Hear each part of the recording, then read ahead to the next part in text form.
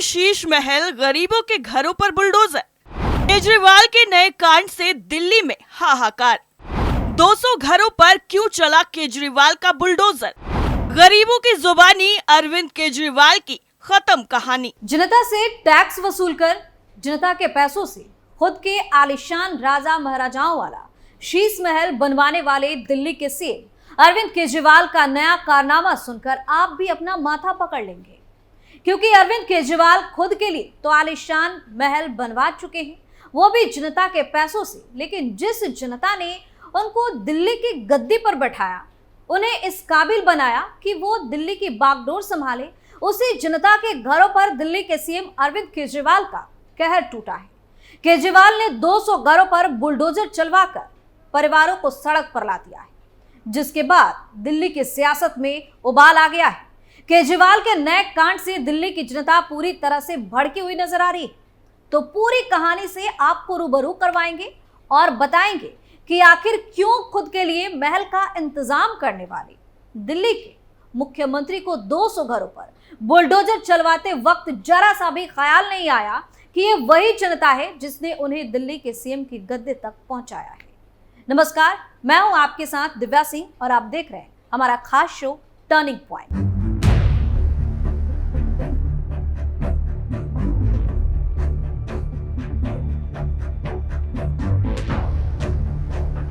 ये जो तस्वीरें आपने देखी, इन तस्वीरों पर गौर करेंगे तो आपको लोगों की नजरों में एक मायूसी नजर आएगी, साथ ही एक उम्मीद भी नजर आएगी कि शायद कोई तो ऐसा होगा जो उन्हें दोबारा से उनके सिर पर छत वापस दिला सके। क्योंकि जिस दिल्ली में अरविंद केजरीवाल सीएम बनकर बैठे हैं और अब तिहाड़ जेल में बंद है, उसी दिल्ली में 200 घरों के ऊपर बुलडोजर चलवाकर उन्होंने उसे जमींदोज कर दिया। जिस तरह से लोगों के बेघर होने और उनकी बेबसी को दिखाने के मामले में कुछ लोगों ने चुप्पी साध दी है, उसे देखकर तो यही लगता है कि ये सिर्फ अपना फायदा देखकर ही आवाज उठाते हैं। लेकिन अभी कुछ वक्त पहले हुए लोकसभा चुनाव में जो पार्टी अरविंद केजरीवाल के साथ गलबैया कर रही थी, अब उसी पार्टी के नेता ने अरविंद केजरीवाल की सारी करतूतों से पर्दा हटा दिया है और सारी सच्चाई को सामने लाकर रख दिया है। दिल्ली के चिल्ला खादर से उजाड़े गए बेबस और लाचार गरीबों की आवाज को लेकर आंदोलन अब और ज्यादा तेज हो गया है, जिसने अरविंद केजरीवाल की कुर्सी को खतरे में डाल दिया है। क्योंकि अब अरविंद केजरीवाल के कारनामों को कांग्रेस पार्टी के एक नेता ने ही उजागर करके जबरदस्त झटका दे दिया है। दरअसल दिल्ली कांग्रेस ने अब इन गरीबों के आशियाने उजाड़े जाने पर दिल्ली की केजरीवाल सरकार और डीडीए दोनों को जिम्मेदार ठहराया है।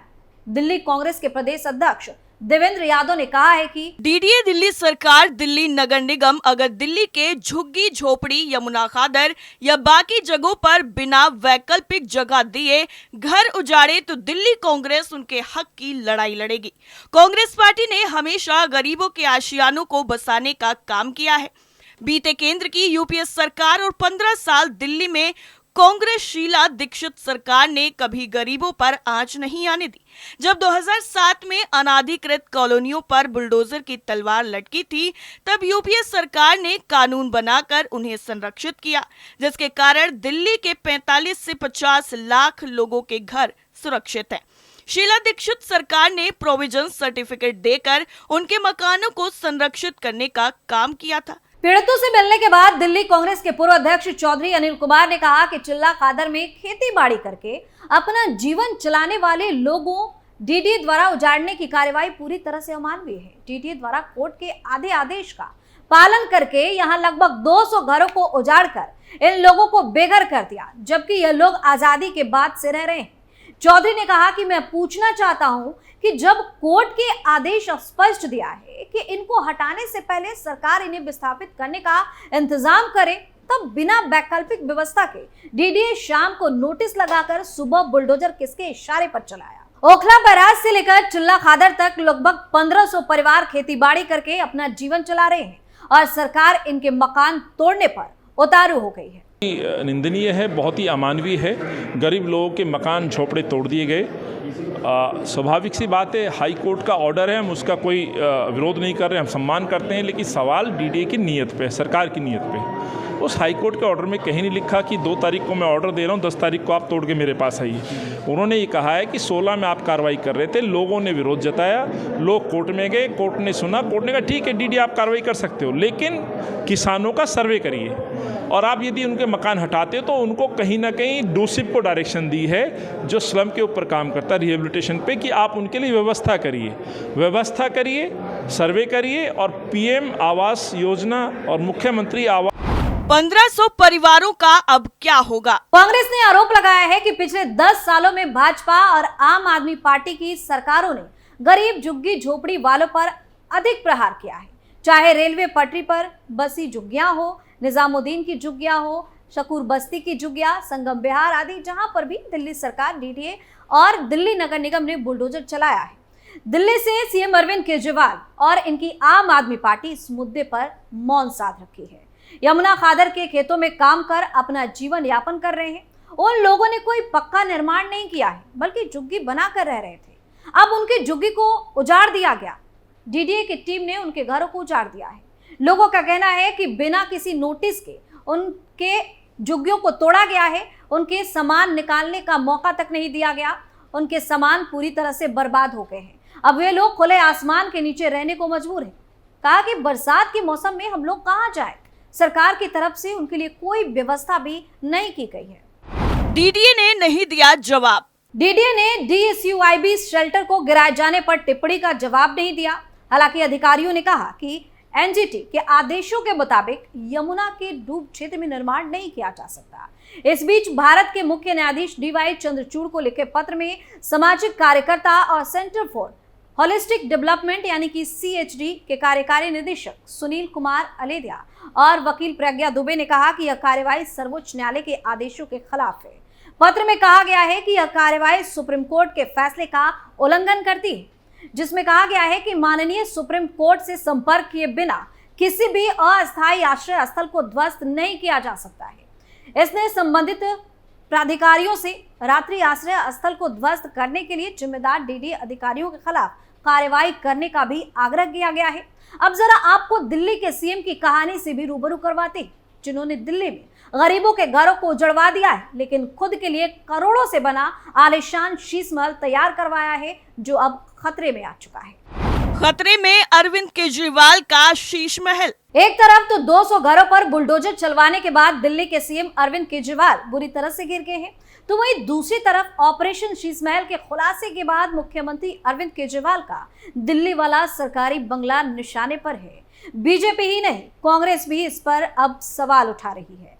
बंगले के रिनोवेशन में 45 करोड़ खर्च हुए हैं, पर्दों पर 1 करोड़, तो वहीं घर में कई चीजें ऐसी हैं जिनकी कीमत लाख से कम नहीं है। पिछले साल टाइम्स नाउ नवभारत के बड़े खुलासे से सीएम केजरीवाल के साथ साथ आम आदमी पार्टी भी बैकफुट पर है। पूछने पर तरह तरह की वजह गिनाते रहते हैं, लेकिन क्या आपको पता है कि जहां अरविंद केजरीवाल के सरकारी बंगले पर 45 करोड़ खर्च हो गए, वहीं देश के पूर्व प्रधानमंत्री अटल बिहारी वाजपेयी, मनमोहन सिंह और पूर्व सीएम शीला दीक्षित के सरकारी बंगले के रिनोवेशन पर कितना खर्च आया था, हम आपको बताते हैं। दरअसल मीडिया रिपोर्ट्स के मुताबिक केजरीवाल की तुलना में दोनों पूर्व सीएम ने अपने सरकारी बंगला को नया करने में कितने पैसे खर्च किए थे, शीला दीक्षित ने अपने सरकारी बंगले पर कितने खर्च किए। दिल्ली के पूर्व मुख्यमंत्री शीला दीक्षित की तो उनके आवास पर ही आए कुल खर्च केजरीवाल की तरफ से किए गए खर्च से बहुत ज्यादा कम है। शीला दीक्षित के दिल्ली में मौजूद मोतीलाल मार्ग वाले घर में कुल खर्च आया था 16 लाख रुपए। शीला दीक्षित ने उन पैसों से अपने आवास में 31 air conditioner, 25 heater, 15 cooler, 16 air purifier और 12 गीजर लगवाए थे। शीला दीक्षित के दिल्ली में मौजूद मोतीलाल मार्ग वाले घर में कुल खर्च आया था 16 लाख रुपए। शीला दीक्षित ने उन पैसों से अपने आवास में 31 air conditioner, 25 heater, 15 cooler, 16 air purifier और 12 गीजर लगवाए थे। शीला दीक्षित की दीवारों को चमकाने में जहां लाख खर्च हुए होंगे, वहीं केजरीवाल के सरकारी आवास को चमकाने में 5 करोड़ का खर्च आया है। खंभों को रिनोवेट कराने में जहां केजरीवाल ने करोड़ों खर्च कर दिए, वहीं शीला दीक्षित ने घर के खंभों में इससे भी कम खर्च किया था। आपको बता दें कि राजनीति में आने से पहले केजरीवाल ने शीला दीक्षित को करप्ट कहा था, भ्रष्ट कहा था। वहीं सीएम बनने के बाद जांच की बात भी कही थी। साल 2004 में तत्कालीन अटल बिहारी वाजपेयी ने अपने सरकारी बंगले के रिनोवेशन पर कितना खर्च किया था, आपको जानकर हैरानी होगी। 2004 में वाजपेयी के दिल्ली वाले बंगले के रिनोवेशन पर कुल 45 लाख खर्च हुए थे। मतलब 45 लाख में अटल जी का बंगला रिनोवेट होकर तैयार हो गया था। शीला दीक्षित के बाद उसी मोतीलाल नेहरू मार्ग में बने घर में पूर्व प्रधानमंत्री मनमोहन सिंह भी रहने आए थे। तब उन्होंने एक बार फिर से इस घर को रिनोवेट करवाया। तब मनमोहन सिंह के घर को रिनोवेट करने में मात्र 35 लाख रुपए खर्च हुए थे। ये 35 लाख छत, प्लास्टर, कुछ जगहों पर रिपेयरिंग के काम में खर्च हुए। मनमोहन सिंह इस घर का 1200 रुपए किराया भी देते थे। यानी आंकड़ों से आप खुद ही समझ सकते हैं कि अरविंद केजरीवाल ने खुद के लिए और अपने शीश महल के लिए जनता के टैक्स के पैसों को कैसे बर्बाद किया है। अपने लिए करोड़ों का शीश महल और गरीब जनता के लिए खुले आसमान की छत दे दी है। ये दिल्ली के सीएम अरविंद केजरीवाल की कौन सी नीति है? इसका जवाब दिल्ली की जनता भी जानना चाहती है। लेकिन सभी लोग ये जानना चाहते हैं, ना तो दिल्ली के सीएम और ना ही आम आदमी पार्टी इसका जवाब देगी, ये सबको पता है। लेकिन इस रिपोर्ट को लेकर आपकी राय क्या है, वो आप हमें कमेंट करके जरूर बताएं। हमारे खास शो टर्निंग पॉइंट में फिलहाल के लिए इतना ही। बाकी खबरों के लिए आप देखते रहिए कैपिटल टीवी। नमस्कार।